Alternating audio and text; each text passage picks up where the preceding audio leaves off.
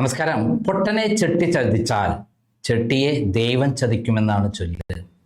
അത് തന്നെയാണ് കോൺഫിഡൻറ്റ് ഗ്രൂപ്പിന് സംഭവിച്ചുകൊണ്ടിരിക്കുന്നത്.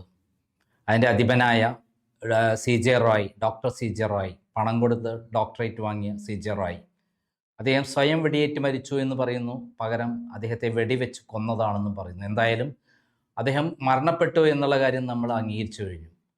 എന്തുകൊണ്ടാണ് അദ്ദേഹം മരിക്കാൻ കാരണം?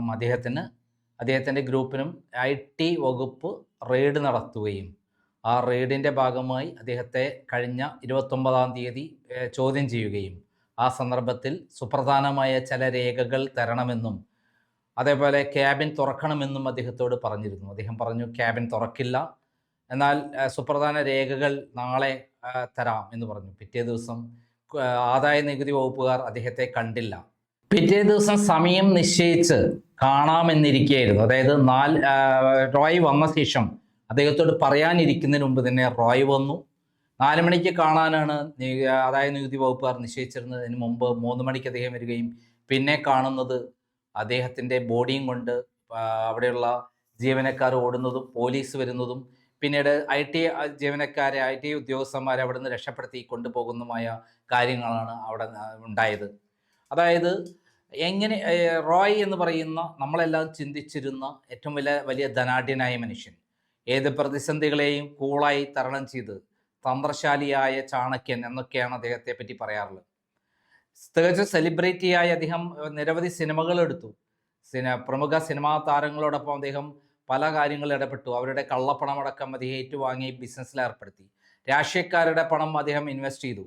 അങ്ങനെ കേരളത്തിൽ മാത്രമല്ല, തമിഴ്നാട്ടിൽ മാത്രമല്ല, കർണാടകയിലും സൗത്ത് ഇന്ത്യയിൽ വിജയക്കൊടി പാറിച്ച് അദ്ദേഹത്തിൻ്റെ ജൈത്രയാത്ര പോയി അവസാനം ദുബായിലടക്കമുള്ള അദ്ദേഹത്തിൻ്റെ വലിയ പദ്ധതികൾ വന്നു. അവിടെയാണ് അദ്ദേഹത്തിന് വീണത്. അദ്ദേഹം അവിടെ കോടാനുകോടി രൂപ ഇൻവെസ്റ്റ് ചെയ്തപ്പോൾ അവിടുത്തെ ഗവൺമെൻറ് സംശയാലുക്കളായി. ഇത് എവിടെ നിന്നാണ് പണം വരുന്നത്, ഇന്ത്യയിലെ ലാഭമാണ് അവിടേക്ക് ഒഴുക്കുന്നത് എന്നുള്ള കാര്യം വന്നപ്പോൾ അവർ ഇന്ത്യ ഗവൺമെൻറ്റിന് സംശയം പ്രകടിപ്പിച്ചുകൊണ്ട് ലെറ്റർ അയച്ചു. ആ ലെറ്ററാണ് സത്യത്തിൽ റോയിയെ കുടുക്കിയത്. ഇവിടെ നിന്ന് കൊണ്ടുപോയ പണമാണ്, ഇവിടെ ലാഭം കിട്ടിയ പണമാണ് എന്ന് പറയുമ്പോൾ ഇവിടെ ആദായ നികുതി വകുപ്പിന് കൃത്യമായി കണക്ക് വേണമല്ലോ. അങ്ങനെ ഒരു പണം ഉള്ളതായിട്ട് അവർക്ക് റെക്കോർഡ് കിട്ടിയില്ല. വിദേശത്ത് എവിടെ നിന്നാണ് പണം വന്നത്? ഇന്ത്യയിലെ ലാഭം, അതായത് ബിസിനസ്സിൽ നിന്ന് കിട്ടുന്ന റിയൽ എസ്റ്റേറ്റിൽ നിന്ന്, ഹോസ്പിറ്റാലിറ്റിയിൽ നിന്നും, സിനിമയിൽ നിന്നൊക്കെ കിട്ടുന്ന പണം അവിടെ കൊണ്ട് ഇൻവെസ്റ്റ് ചെയ്തു എന്ന് പറയുമ്പോൾ അതിന് ഇവിടുത്തെ ലാഭം എന്താണെന്ന് കൃത്യമായി ഗവൺമെന്റ് തന്നെ അറിയണ്ടേ. അതാണ് അദ്ദേഹത്തെ കുടുക്കിയത്. അവിടെ പഴയ മാതിരിയല്ല. UAE-യും ഇന്ത്യയും തമ്മിലുള്ള കരാർ എങ്ങനെയാണ്? ഇവിടെ നിന്നും അങ്ങോട്ടും ഇടനാഴി പോലെയാണ് എല്ലാ കാര്യവും നീങ്ങുന്നത്. അത്ര സുതാര്യമാണ്. ഇവിടെ എന്തെങ്കിലും കള്ളത്തരം കാണിച്ച് അവിടെ രക്ഷപ്പെടാൻ പറഞ്ഞാൽ കഴിയില്ല, അവിടെ അപ്പോൾ തൂക്കും. അപ്പം അവിടെ ഇത് കള്ളപ്പണം അല്ലെങ്കിൽ തീവ്രവാദ പണമൊക്കെ ആണെന്നുള്ള ഒരു ചിന്താഗതി വരികയും സംശയം വരികയും അവിടെ അദ്ദേഹത്തെ അറസ്റ്റ് ചെയ്യാനുള്ള നീക്കങ്ങൾ ആരംഭിക്കുകയും അദ്ദേഹം അവിടെ ഈ ഇന്ത്യയിൽ അത് റെയ്ഡ് ആരംഭിക്കുകയും ചെയ്തതോടെ അദ്ദേഹത്തിന് മനസ്സിലായി അദ്ദേഹം കുടുങ്ങി എന്നുള്ള കാര്യം. പിന്നീട് നടന്നതെല്ലാം പെട്ടെന്ന് ഉള്ള കാര്യം. കഴിഞ്ഞ 3 മാസമായി എൻഫോഴ്സ്മെൻറ്റും CBI-യും അതേപോലെ IT വകുപ്പും അദ്ദേഹത്തിൻ്റെ പിന്നാലെയായിരുന്നു. അദ്ദേഹം ദേശവിരുദ്ധ പ്രവർത്തനങ്ങൾ നടത്തുന്ന ഒരാളാണെന്നുള്ള കൃത്യമായ തെളിവുകളും അവർ കണ്ടെത്തിയിരുന്നു. തലേ ദിവസം 29-ാം തീയതി ചോദ്യം ചെയ്തപ്പോൾ പ്രമുഖനായ ഒരാളുടെ പേര് അവർ പറയുകയുണ്ടായി. ആ പേര് വെളിപ്പെടുത്തിയപ്പോൾ തന്നെ അദ്ദേഹം ഞെട്ടിപ്പോയി.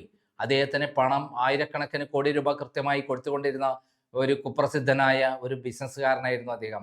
ആ ആളുടെ പേര് പറഞ്ഞ് പിന്നീട് ആ ബിസിനസ്സുകാരൻ തന്നെ ഇദ്ദേഹത്തെ വിളിച്ചു പറഞ്ഞു, നമ്മൾ പിടിക്കപ്പെട്ടു കഴിഞ്ഞു, ഇനി രക്ഷപ്പെടാൻ സാധ്യതയില്ല. ആ കോളാണ് അദ്ദേഹത്തെ ശരിക്കും ഞെട്ടിച്ചത്. അദ്ദേഹം എല്ലാ മേഖലകളിലും പിടിക്കപ്പെട്ടു കഴിഞ്ഞു. ഇതിൽ എല്ലാ രേഖകളും അവർ പിടിക്കപ്പെട്ടു കഴിഞ്ഞു. ഇതിലെ രാഷ്ട്രീയ നേതാക്കന്മാരുണ്ട്, സിനിമ രംഗത്തുള്ള ആളുകളുണ്ട്, കള്ളപ്പണക്കാരുണ്ട്, പോപ്പുലർ ഫ്രണ്ടിൻ്റെ അടക്കമുള്ള ആളുകളുണ്ടെന്നുള്ള കൃത്യമായ വിവരങ്ങൾ IT വകുപ്പിൽ നിന്ന് കൃത്യമായി അദ്ദേഹത്തിന് കിട്ടിയപ്പോൾ തലേ ദിവസം തന്നെ അദ്ദേഹത്തെ ചോദ്യം ചെയ്ത് കൃത്യമായി മനസ്സിലാക്കിയപ്പോൾ പിറ്റേ ദിവസത്തെ അദ്ദേഹം കാത്തിരുന്നില്ല. അദ്ദേഹം സ്വയം വെടിവെച്ച് മരിച്ചു. അതല്ല, എല്ലാവരും കുടുങ്ങണ്ടെന്ന് വെച്ച് കൂടെയുള്ളവർ വെടിവെച്ച് കൊന്നു. അത് നമുക്ക് ഇനിയും തെളിയിക്കേണ്ട കാര്യമാണ്. എന്തായാലും ഒരു കാര്യം അദ്ദേഹത്തിന് ഉണ്ടായിരിക്കുന്നു, അത് ബ്രാഹ്മണ ശാപമാണ്. ഈ ബ്രാഹ്മണ ശാപത്തെ പറ്റി പറയുമ്പോൾ എനിക്കറിയാം, കവിയൂർ കേസിൽ ഞാനാണ് അനഘ എന്ന് പറയുന്ന 15 വയസ്സുകാരെ ക്രൂരമായി ബലാത്സംഗം ചെയ്ത CPM നേതാക്കന്മാർക്കെതിരെ CBI കോടതിയിൽ വാദിച്ചത്. എന്നിട്ട് ഒരു CBI SP അവിടെ കൊടുത്ത റിപ്പോർട്ട് എന്താ അറിയാമോ? നാരായണൻ നമ്പൂതിരി സ്വന്തം മകളെ പീഡിപ്പിച്ചു എന്ന് പറയുന്ന ജുഗുപ്സാപരമായ നമ്മളെയൊക്കെ നടുക്കുന്ന ഒരു കള്ള റിപ്പോർട്ടാണ്. ആരെയൊക്കെയോ രക്ഷപ്പെടുത്താൻ വേണ്ടിയാണ് അങ്ങനെ റിപ്പോർട്ട് കൊടുത്തത്. മാത്രമല്ല അച്ഛൻ നാരായണ നമ്പൂതിരി തൂങ്ങി മരിച്ചു എന്ന് കഥയുണ്ടാക്കി. മക്കളെല്ലാം വശം കരിച്ചു മരിച്ചു എന്നാണ്. യഥാർത്ഥത്തിൽ ഇവരെ ഭീകരമായ അവസ്ഥയിലെത്തിച്ച് ആത്മഹത്യാക്കുറിപ്പ് ഭീഷണിപ്പെടുത്തി എഴുതിപ്പിച്ച് അവരെ ആത്മഹത്യ കൊന്നതായിരുന്നു എന്നുള്ള കൃത്യമായ തെളിവാണ് ക്രൈമിന് കിട്ടിയത്. ഈ കാര്യങ്ങളെല്ലാം അറിവ് ഉള്ളത് കൊണ്ടാണ് ഞാൻ എവിടെ ഫൈറ്റ് ചെയ്തത്, CBI കോടതിയിൽ ഫൈറ്റ് ചെയ്തത്. അവസാനം CBI റിപ്പോർട്ട് തന്നെ വലിച്ചെറിഞ്ഞ് കോടതി പറഞ്ഞു ഈ ഉദ്യോഗസ്ഥനെ തന്നെ ഇവിടെ കയറ്റിപ്പോകരുത്, CBI പുറത്താക്കണം എന്നുള്ള വിധി പോലും പറയുകയുണ്ടായി. അങ്ങനെയുള്ള CBI പറയുന്ന നാരായണ നമ്പൂതിരിയും കുടുംബവും ആത്മഹത്യതിൻ്റെ കാരണക്കാരായി കരുതുന്ന കോടിയേരി ബാലകൃഷ്ണന്റെ കുടുംബം തകർന്ന് തരിപ്പണമായില്ലേ? കോടിയേരി ബാലകൃഷ്ണൻ അവസാനം പാർട്ടി അദ്ദേഹത്തെ തിരുവനന്തപുരത്ത് കൊണ്ടുപോകാതെ തലശ്ശേരിയിൽ കൊണ്ടുവന്ന് പെട്ടെന്ന് അദ്ദേഹത്തെ ദഹിപ്പിച്ചില്ലേ? കണ്ണൂർ കൊണ്ടുവന്ന് പെട്ടെന്ന് ദഹിപ്പിച്ചില്ലേ? തിരുവനന്തപുരം മുതൽ കാസർഗോഡ് വരെ ഒരു വിലാപയാത്ര പോലും അദ്ദേഹത്തെ പാർട്ടി അണികളെ പോലും കാണിക്കാതെയാണ് അദ്ദേഹം മരിച്ചതും. അവസാനം അദ്ദേഹത്തിൻ്റെ കുടുംബം പോലും ഛിന്ന ഭിന്നമായി. അദ്ദേഹത്തിൻ്റെ 2 മക്കളും വിവാദത്തിൽപ്പെട്ടു. ഒരാൾ ബീഹാറിലെ ഒരു പെണ്ണിനെ പീഡിപ്പിച്ച കഥയിലും മറ്റേയാൾ മയക്കുമരുന്ന് കേസിൽ ബാംഗ്ലൂർ ജയിലിലുമായി, അഗ്രഹാര ജയിലിലുമായി. പിന്നെയോ കുടുംബം മൊത്തം തകർന്നുപോയി. അതായത് ബ്രാഹ്മണശാപം ഏറ്റാൽ കുടുംബം മുടിഞ്ഞു പോകുമെന്നാണ്. അതേപോലെയാണ് ഇവിടെ കൃഷ്ണൻ നമ്പൂതിരി എന്ന് പറയുന്ന ക്രിസ്റ്റൽ ഗ്രൂപ്പ് ഉടമയെ ചതിച്ച് അയാളുടെ ഭാര്യയെ തട്ടിയെടുത്തു എന്ന് പറയുന്ന പരാതി അടക്കമുള്ള സംഭവത്തിൽ അതിൻ്റെ വിശദാംശങ്ങളിൽ പോകുന്നില്ല. ക്രൈമിൽ തന്നെ അതിനെക്കുറിച്ചുള്ള 3-4 വീഡിയോ പ്രൊസീജ് അതിന് ഞാൻ ഇപ്പോൾ കമൻറ്റ് ബോക്സിൽ അതെല്ലാം 1-ാം നമ്പർ 2-ാം നമ്പർ ഇടുന്നുണ്ട്. നിങ്ങൾക്ക് അതിൻ്റെ അകത്ത് പൂർണ്ണമായ വിവരങ്ങൾ കിട്ടും. എങ്ങനെ തട്ടിപ്പ് നടത്തിയെന്ന് രതീഷ് ചക്രപാണിയും അതേപോലെ ഹരികുമാറും കൃത്യമായി അത് ഇൻ്റർവ്യൂവിൽ പറഞ്ഞിട്ടുണ്ട്. അങ്ങനെയുള്ള ഈ കോൺഫിഡൻറ്റ് ഗ്രൂപ്പ്, അതായത് കൃഷ്ണ നമ്പൂതിരിയുടെ ക്രിസ്റ്റൽ ഗ്രൂപ്പിനെ തട്ടിയെടുത്ത് അവർ വിലയ്ക്ക് വാങ്ങിയ പല സ്ഥലങ്ങളും ബിനാമി പേരുകളിലെ സ്ഥലങ്ങളെല്ലാം തട്ടിയെടുത്ത് അങ്ങനെയാണ് 5 പൈസ മുടക്കാതെ സീറോ ഡെപ്റ്റോട് കൂടിയിട്ട് അദ്ദേഹം ഈ പറയുന്ന CJ റോയ് കോൺഫിഡൻറ്റ് ഗ്രൂപ്പ് തുടങ്ങിയത്. മറ്റൊരാൾ കഷ്ടപ്പെട്ട് ത്യാഗം ചെയ്ത ഉണ്ടാക്കിയെടുത്ത പണവും എല്ലാം തട്ടിയെടുത്ത് അദ്ദേഹത്തിൻ്റെ വാങ്ങിക്കൂട്ടിയ സ്ഥലങ്ങളെല്ലാം സ്വന്തമാക്കി അദ്ദേഹത്തിൻ്റെ സ്ഥാപനത്തിലെ നല്ല എനർജറ്റിക്കായ നല്ല കഴിവുള്ള അവിടെയുള്ള ജീവനക്കാരെ തട്ടിയെടുത്ത് അദ്ദേഹം സ്വന്തമായി സ്ഥാപനം തുടങ്ങുകയും അവസാനം എന്തായി? എവിടെയും എത്താതെ ആത്മഹത്യ ചെയ്യേണ്ടി വന്നു. കൃഷ്ണൻ നമ്പൂതിരി തെരുവ് ഉണ്ടെങ്കിൽ വന്നെങ്കിലും ക്രിസ്റ്റൽ ഗ്രൂപ്പ് തകർന്ന് തരിപ്പണമായെങ്കിലും ഇപ്പോൾ കോൺഫിഡൻറ്റ് ഗ്രൂപ്പ് എൻ്റെ അവസ്ഥ എന്താണ്?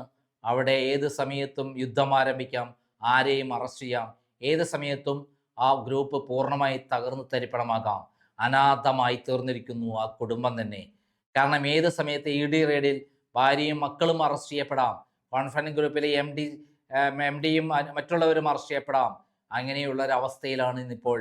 അത് തകർന്ന് തരിപ്പണമായിരിക്കുന്നു. അതിൽ ഇൻവെസ്റ്റ് ചെയ്ത കോടിക്കണക്കിന് രൂപ ഇൻവെസ്റ്റ് ചെയ്ത സിനിമാ താരങ്ങളുടെയും അതേപോലെ രാഷ്ട്രീയ നേതാക്കന്മാരെയും പണമെല്ലാം നഷ്ടപ്പെട്ടിരിക്കുന്നു. ഇനി അത് തിരിച്ചു കിട്ടുക പ്രയാസമാണ്. കാരണം ഇതിൻ്റെ എല്ലാ കാര്യങ്ങളും ഇപ്പോഴും IT വകുപ്പും ഇൻകം ടാക്സും ഇപ്പോൾ NIA പോലും രംഗത്ത് വരുന്നു, CBI പോലും രംഗത്ത് വരുന്നു എന്നുള്ള വാർത്തകളാണ് വരുന്നത്. അവസാനം ബ്രാഹ്മണ ശാപം കൃത്യമായി ഏറ്റിരിക്കുന്നു. കൃഷ്ണൻ നമ്പൂതിരിയുടെയും ഭാര്യയുടെയും ശാപം കൊണ്ടേ പോകൂ എന്നുള്ളതാണ് സത്യം. ഇപ്പോൾ അത് ഏറ്റിരിക്കുന്നു എന്നുള്ള സത്യമാണ് നമ്മളെ മുന്നിലുള്ളത്. ഞാൻ ഇതിലൊന്നും വിശ്വസിക്കുന്നില്ലെങ്കിലും നടന്ന സംഭവങ്ങൾ കൂട്ടി വായിക്കുമ്പോൾ ഇതെല്ലാം യാഥാർത്ഥ്യമായിട്ടല്ലേ കാണാൻ പറ്റൂ. നന്ദി, നമസ്കാരം.